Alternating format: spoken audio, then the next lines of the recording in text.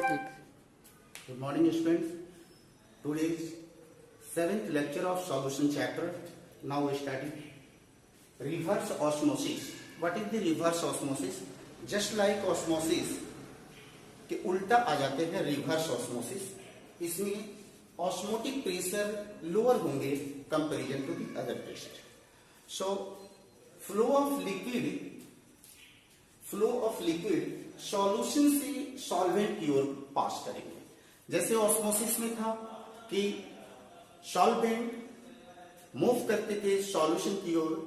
अब इसमें जो है मूवमेंट जो होंगे वो सॉल्यूशन से सॉल्वेंट की ओर, यानी higher concentration to lower concentration. Just like to reverse of osmosis की dilute solution to concentrated solution. ठीक उसी तरह से रिवर्स ऑस्मोसिस.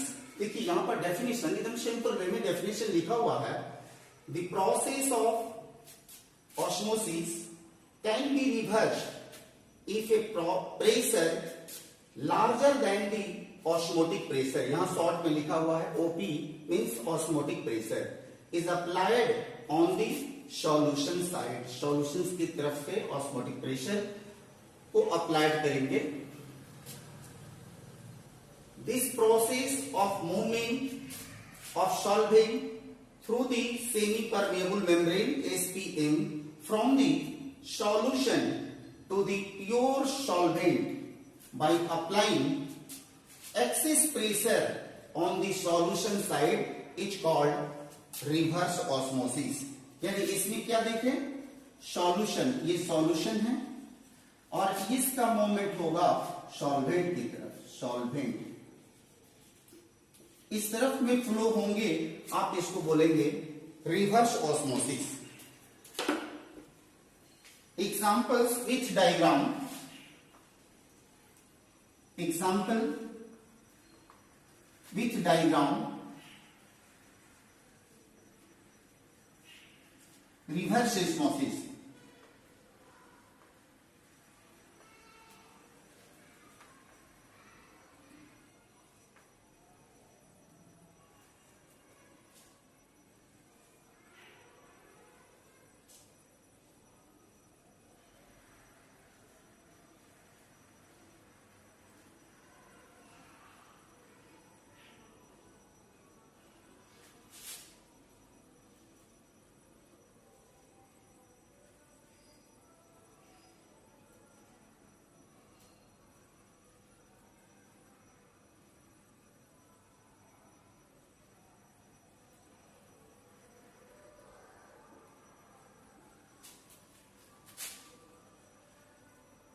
Water outlet.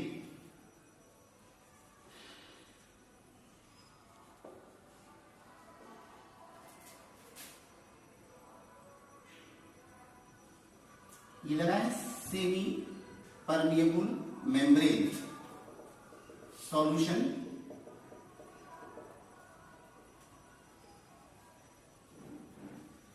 और ये देखिए सॉल्वेंट है.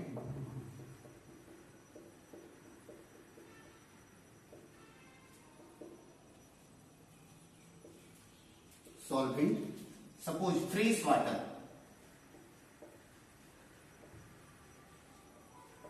और ये साल्ट सॉल्यूशन. यहां पर ऐसे पिस्टन लगा दिए हैं. क्या लिख दे रहे हैं, पिस्टन. सेम है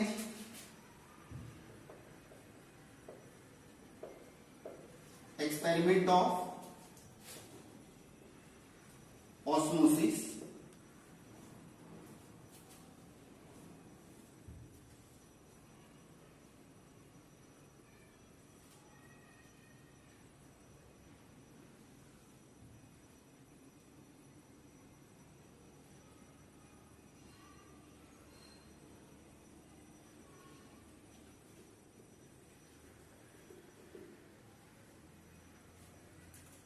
Semi permeable membrane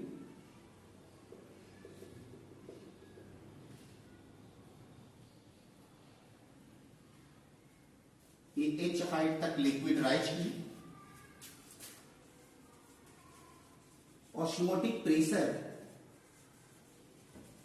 equal to hydrostatic pressure equal to लिखते हैं rho ji h, where rho is the density of solution, H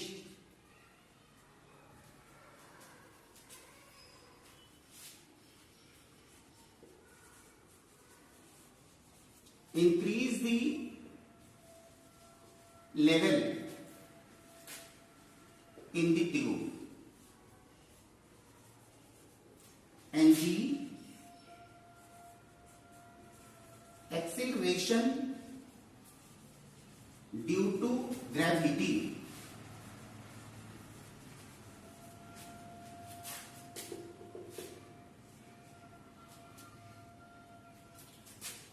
solvent and ये solution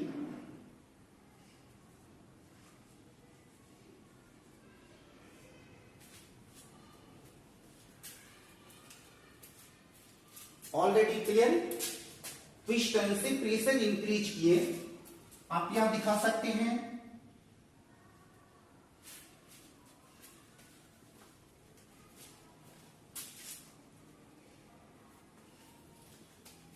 the process of movement of solvent through the semi-permeable membrane from the solution to the pure solvent by applying excess pressure on the solution side। ये solution side है, solution side में इसका pressure access कर दिए, तो pressure जैसे ही बढ़ गया तो आपका इसका मोमेंट हो गया सॉल्यूशन से इस डायरेक्शन में सॉल्वेंट की ओर, यानी P is greater than osmotic pressure, यहां पर कर दिए P is greater than osmotic pressure, pi is the osmotic pressure, pi यहां लिखे ऑस्मोटिक प्रेशर, O P से रिप्रेजेंट कर रहे हैं osmotic pressure. Already clear.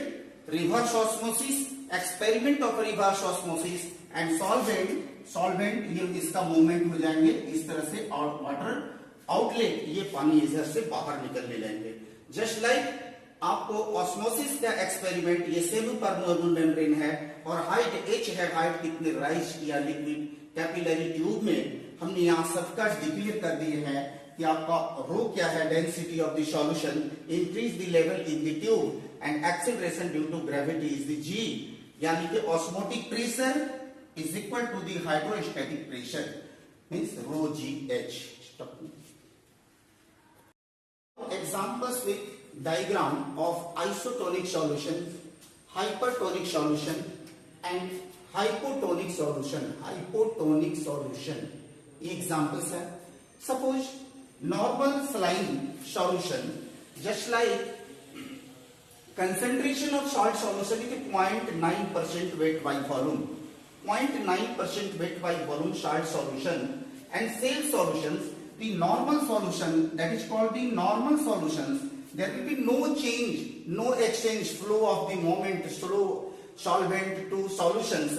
So just like two solutions is called the isotonic solutions, and same as isotonic solutions, pi 1 equal to pi 2 means concentration of both solutions, either cell sides and other solutions. So pi 1 equal to pi 2 means कि concentration C1 equal to C2, that is called the isotonic solutions। इसके previous class में आपकी ये definition बिल्कुल clear हो गया था। अब एग्जाम्पल्स है जैसे hypertonic solutions, hypertonic solutions means इसमें कंसंट्रेशन का क्या डिफरेंस है कि concentration of salt solution more than 0.9% salt solution weight by volume salt solutions. इसमें क्या चेंजिंग आएंगे कि इसमें से सॉल्यूशन से इसमें से लिक्विड का फ्लो होगा सेल से आउटर सेल बाहर की ओर निकलने लगेंगे और ये धीरे धीरे सेल जो है ये सिकुड़ने लगेगा, क्या करेंगे श्रिंक कर जाएंगे, इसको बोलते हैं hypertonic solutions. Next concentration of salt solution less than salt solution 0.9% weight by volume salt solution such as the hypotonic solutions। इसमें क्या होगा कि अंदर से ये सॉल्यूशंस आपको सेल के अंदर में मूव करने लगेंगे और धीरे धीरे ये सेल जो है वो फूलने लगेगा, मीन्स स्वेलिंग करने लगेगा। इसमें साल्ट का सॉल्यूशन 0.9%, यानी इसका साल्ट सॉल्यूशन कम है, कंसेंट्रेशन इसके कम है, इसमें कंसेंट्रेशन ज्यादा है और इसमें कंसेंट्रेशन इक्वल है। बस यही दिमाग में रखना होगा, बहुत आसानी से आप समझ लेंगे कि equal concentration means isotonic and more than concentration hypertonic and less than concentration hypotonic solution. अब नोट में 3 पॉइंट आपको बता रहे हैं। एक आपको यहां लिखे फॉर्मेलिटी। आप सोचेंगे कि पहले बार में expression of solution, method of expression of solution में आप फॉर्मेलिटीज को क्यों नहीं बताएं। इसकी इंपॉर्टेंट पॉइंट आप रिमार्क करेंगे, यहां लिखा हुआ है it is generally used for the solution of ionic compounds, not other compounds के लिए नहीं यूज करते हैं। इसको हम लोग आयनिक कंपाउंड्स में यूज करते हैं, जैसे आयनिक कंपाउंड पोटेशियम क्लोराइड है, सोडियम क्लोराइड है, मैग्नीशियम क्लोराइड है, जैसे पोटेशियम सल्फेट है। इसको डिफाइन यहां किए, it is the number of formula mass in gram present per litre of solution is called the formality of the solution. Formula of formality, mass of solute, जैसे solute में आपको दिए यहां sodium का क्लोराइड सॉल्यूट है, तो ये मास of solute इसका जो गिवन हो, और formula mass of solute means sodium का 23 प्लस क्लोरीन 35.5, और ये हो गया आपका formula mass of the solute into volume of solution in litre, जैसे 1 लीटर में कितना डिजॉल्व किया गया है सॉल्यूट को। तो ये आप रिमार्क करेंगे कि इसको कब आप यूज करेंगे। फॉर्मेलिटी ये एकदम just like to molarity, normality की तरह है, आप इसको यूज करेंगे केवल और केवल वैसे सॉल्यूशन जो आयनिक कंपाउंड, आयनिक सब्सटेंस को डिजॉल्व किया गया है और उसको सॉल्यूशन बनाया गया है, तो उस केस में आप यूज करेंगे फॉर्मेलिटी। ये सेकेंड है आपके नोट पॉइंट में, इसमें पॉइंट नोट सेकेंड है, इंपॉर्टेंट नोट में जो लिखे हैं उसका सेकेंड पॉइंट यहां लिख रहे हैं। देखिए, concept of dilution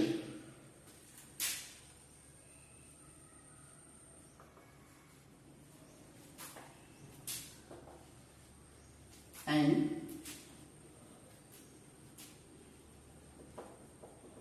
mixing of to solutions. Formula used V1S1 equal to V2S2, ये formula. V volume and S strength. Strength of solution expressed in normality or molarity. If two solutions expressed in normal solution, just like the V1N1 equal to V2N2. If two solutions just like to molarity expressed in V1M1 equal to V2M2, और आप फिर इससे numericals बनाएंगे। और third point, इसी का third point यहां लिख रहे हैं, if more than two solutions are mixed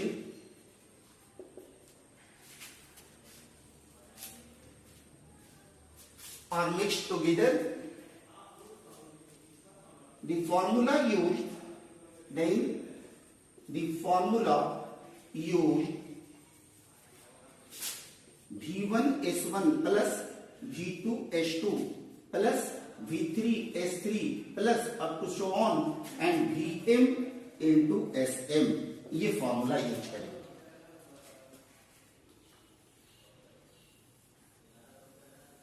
जैसे 2 से ज्यादा सॉल्यूशंस आपको अगर मिक्स कर करके दिया गया तो ये फॉर्मूला आप यूज करेंगे। और आप यहां पर लिख रहे हैं, देखिए, where Vm volume of mixture and Sm strength of mixture, और इससे आप निकाल लेंगे जिस किसी का भी दिया है। अभी इस पर आपको एक्सपेरिमेंटल आपको फॉर्मूला बताइए, और अभी आपको इस पर न्यूमेरिकल दिखा रहे हैं। नेक्स्ट आप देखेंगे इस टॉपिक में। ओके, अब now question, your question, how much volume of 10 mHCl, 10 molar solution of HCl should be diluted with water to prepare 2 liter of 5 mHCl। करें कि 2 लीटर 5 mHCl बनाने के लिए 10 मोलर HCl सॉल्यूशन का कितना वॉल्यूम चाहिए मुझे। तो अब आपके फिर वही फॉर्मूला, जो concept of dilutions and two solutions are mixed together, जो फॉर्मूला दिए हैं V1, देखिए फॉर्मूला यहां लिख रहे हैं, formula used V1S1 equal to V2S2। एक सॉल्यूशन का वॉल्यूम स्ट्रेंथ, दूसरे सॉल्यूशन का वॉल्यूम स्ट्रेंथ। अब ये स्ट्रेंथ m में दिया है, मोलरिटी में। तो जैसे पहले आपका इसका volume V1 into S1 strength 10 molar equal to V2, 2 litre. V2 के लिए कितना लिए, 2 litre into S2 strength 5m। आपका कैलकुलेट करना, V1 इक्वल टू 2 इंटू 5/10, तो ये आपका 1 लीटर। ये आपके कैसे आप कंसीडर यहां किए, यहां 10m is S1 M1 equal to 10 molar, V1 equal to what. अब दूसरी कंडीशन में आ रहा है V2 2 लीटर, आपने कंसीडर किया 2 लीटर, फिर आपका वहां स्ट्रेंथ है means M2 equal to 5m, और आप ये फॉर्मूला लगा। Now your question, same formula, two solutions are mixed, concept of dilutions. In an experiment, 10 milliliter caustic soda means sodium hydroxide solution is completely neutralized by 11 milliliter n/10 oxalic acid solution. इसको completely neutralized करते हैं। Calculate the strength of NaOH means caustic soda in gram per litre. Gram per litre में इसकी strength measurement करना। Means हम लोग जो formula पढ़े हैं कि normality equal to gram per litre by equivalent weight. So gram per litre equal to normality into equivalent weight. तो सबसे पहला मेरा फंक्शन ये होगा कि normality, how to calculate the normality. आप देखिए फॉर्मूला यहां यूज कर रहे हैं, formula used V1S1 equal to V2S2। Volume of sodium hydroxide and strength of sodium hydroxide same as volume of oxalic acid and strength of oxalic acid, and the strength of sodium hydroxide can be calculated. अब इसके strength measurement इसमें दिया है, normality में हम लोग use करेंगे normality की फॉर्मूला को। आप रखेंगे V1N1 इक्वल टू V2N। देखिए V1 10 millilitre sodium hydroxide, 10 millilitre into N1 find करना। V2 यहां भी है 11 मिलीलीटर इंटू N2 1/10। अब देखिए 10 into 10 into N1 equal to 11, so N1 equal to 11/100। ये आ गया नॉर्मलिटी। इसको डिवाइड किए कितना आएंगे, 0.11n, इतना normal solution of sodium hydroxide means N1। अब हमको फाइंड करना है ग्राम पर लीटर में स्ट्रेंथ को, तो आप लिखेंगे यहां gram per litre equal to normality 0.11 into equivalent weight. देखिए यहां निकाल रहे हैं equivalent weight of NaOH sodium hydroxide, molecular weight of sodium hydroxide 23 plus oxygen 16 plus hydrogen 1 divided by 1 means acidity of base। तो ये हो गया आपका 40/1 मीन्स यहां पर लिखे 40 यानी 4.4 ग्राम पर लीटर और ये आपके आंसर। देखिए next question, a solution containing 8.6 gram urea in 1 liter was found to be isotonic solution with 5% weight by volume of an organic compound non-volatile solute, calculate molar mass of organic compound। अब ध्यान से देखिएगा यहां isotonic solution है, जैसे आपके दो solutions बन गए, ये देखिए ये दो सॉल्यूशंस, इसमें आपको 8.6 ग्राम यूरिया है इन 1 लीटर, ये कितना है वॉल्यूम 1 लीटर 1000 मिलीलीटर। और दूसरा सॉल्यूशन रेडी है, कोई ऑर्गेनिक कंपाउंड है जो नॉन वोलेटाइल इसमें डाला गया, 5% वेट बाय वॉल्यूम मींस इसमें 5 ग्राम ऑर्गेनिक कंपाउंड डाला गया है और जिसमें वॉल्यूम जो है वो 100 मिलीलीटर। अच्छे से देखिए, अब इसका हम लोग अगर नंबर ऑफ मोल निकालें तो number of mole N1 equal to 8.6/60 60 urea का फॉर्मूला CONH2 और इसका molecular mass carbon 12 plus oxygen 16 plus nitrogen, 2 nitrogen है 28 प्लस हाइड्रोजन 4 और ये हो जाते हैं 60 ग्राम पर मोल। ध्यान से देखिएगा,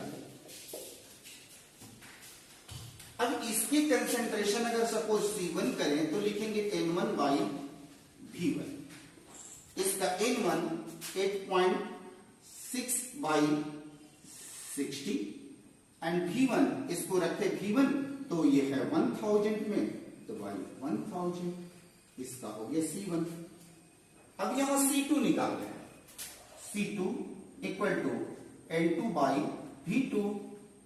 अब यहां V2 लिख रहे हैं 100 मिलीलीटर और इसका N2 निकाल रहे हैं,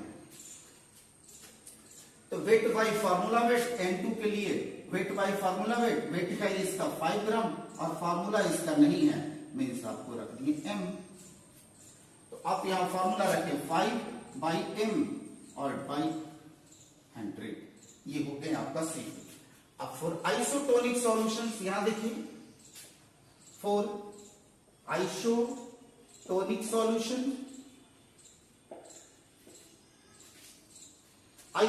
सॉल्यूशन में आपने रखा C1 इक्वल टू C2। देखिए C1 8.6/60/1000 इक्वल टू आप रखें 5/M/100 और आप इसमें निकालना है M। मॉलिक्यूलर मास है, मॉलिक्यूलर मास ऑफ यहां है calculate molar mass of organic compound का मोलर मास। ओके, नाउ अब नेक्स्ट पॉइंट है, इसके आगे देखिए। सो इंपॉर्टेंट पॉइंट इसमें रिमार्क करने का कि ये ऑब्जेक्टिव जो क्वेश्चन देते हैं, मल्टीपल चॉइस का जो क्वेश्चन का भी पैटर्न बन गया है, उसमें से ये कॉम्पिटिटिव पॉइंट में भी बहुत सारे क्वेश्चन इससे आए हुए हैं। आप देखेंगे जी मेंस का, नीट के एग्जाम में और अभी अभी आपके 12th के जो एग्जाम होंगे उसमें रिमार्केबल पॉइंट आपको एक जगह कलेक्ट कर करके इसी चैप्टर के ये इंपॉर्टेंट पॉइंट लगा है। यहां हमने लिखा important point. So first point में आपको रिमार्क करेंगे, देखिए molarity, normality and formality, percentage by volume, percentage by weight by volume और टेम्परेचर डिपेंडेंट। ये क्या क्या ये हैं कि ये सभी जो है टेम्परेचर पर डिपेंड करेंगे। ये देखिए एकदम रिमार्क करेंगे, आप ध्यान देंगे इस पर। नेक्स्ट पॉइंट है ppm, पार्ट पर मिलियन, पार्ट पर मिलियन ppm। उसके पहले पढ़ा है ppm unit is used to represent concentration of very dilute solution like pollution in environment and salt present in sea water. उसको मेजरमेंट किस में करेंगे? पीपीएम में, जो वेरी डाइल्यूटिंग होता है, वेरी डाइल्यूट। जैसे हवा में भी बहुत सारे सल्फर डाइऑक्साइड, कार्बन मोनोऑक्साइड का प्रेजेंस होते हैं, वाटर में भी सॉल्ट है, आर्सेनिक आ जाते हैं इम्प्यूरिटी के फॉर्म में, उसको मेजरमेंट करते हैं पीपीएम। और थर्ड पॉइंट में ध्यान देंगे, molality percentage, weight by weight and mole fraction are temperature independent, ये टेम्परेचर इंडिपेंडेंट होती है। Next, those concentration terms which involves volume of solution are temperature dependent. जो भी कंसेंट्रेशन के टर्म्स में वॉल्यूम से रिलेशंस होंगे वो टेम्परेचर डिपेंड्स करेंगे, यानी जो वॉल्यूम उसमें आ जाएंगे तो टेम्परेचर पर डिपेंड करेंगे, और जिसमें वॉल्यूम इंक्लूड नहीं होंगे उसके रिलेशन में तो टेम्परेचर इंडिपेंडेंट होते हैं। रिमार्क कर लेंगे इसको। और लास्ट पॉइंट ये लिखें, if the density of solution is approximately 1 gram per CC then molarity is greater than molarity. ये आपको पॉइंट दिए, 5 पॉइंट है जो इस चैप्टर में आप इसको रिमार्क कर करके पढ़ेंगे, इससे ऑब्जेक्टिव क्वेश्चंस आपके सॉल्यूशन में बनेंगे। नेक्स्ट टाइम कल अगले क्लास में इससे रिलेटेड कुछ न्यूमेरिकल्स आएंगे। और अब आपका बचा हुआ पार्ट जो है ये देखिए, van't Hoff factor, van't Hoff factor i, जिसमें abnormal colligative properties, abnormal molecular mass and Henry's law,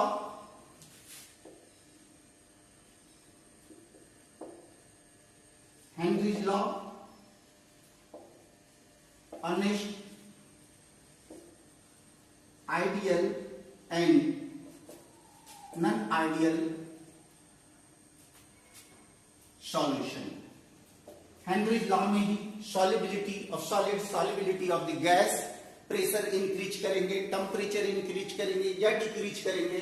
तो इसमें से ये 3 पॉइंट आपके सॉल्यूशन चैप्टर में रेस्ट बच गए हैं, और सभी के रिमार्केबल एंड इंपॉर्टेंट पॉइंट आपको बताएंगे। और इसमें जो भी बचे हुए न्यूमेरिकल्स अभी आरसी मुखर्जी की न्यूमेरिकल्स बुक से हम आपको टेस्ट कराएंगे और उसमें से न्यूमेरिकल बनाएंगे। देखिए बहुत अच्छे से आप कोशिश करेंगे पढ़ाई के लिए, क्योंकि ये परफेक्शन जो है वो बहुत जरूरी है। सबसे पहले आपको 12th क्लास में मार्क्स को स्कोर करना है, और जब मार्क्स आपके आ जाएंगे तो फिर जो भी कॉम्पिटिटिव एग्जाम के आप प्रिपरेशन करेंगे तो आपकी विल पावर ऐसा ही इतना काफी हाई होंगे, तो हम समझते हैं कि आपकी कॉम्पिटिटिव एग्जाम बहुत काफी प्रॉब्लम क्रिएट नहीं करेंगे और बहुत ही आसानी से आप उस एग्जाम को क्रैक करें। ओके, सो कल पढ़ेंगे हम लोग एक लेक्चर का सॉल्यूशन चैप्टर। Thank you.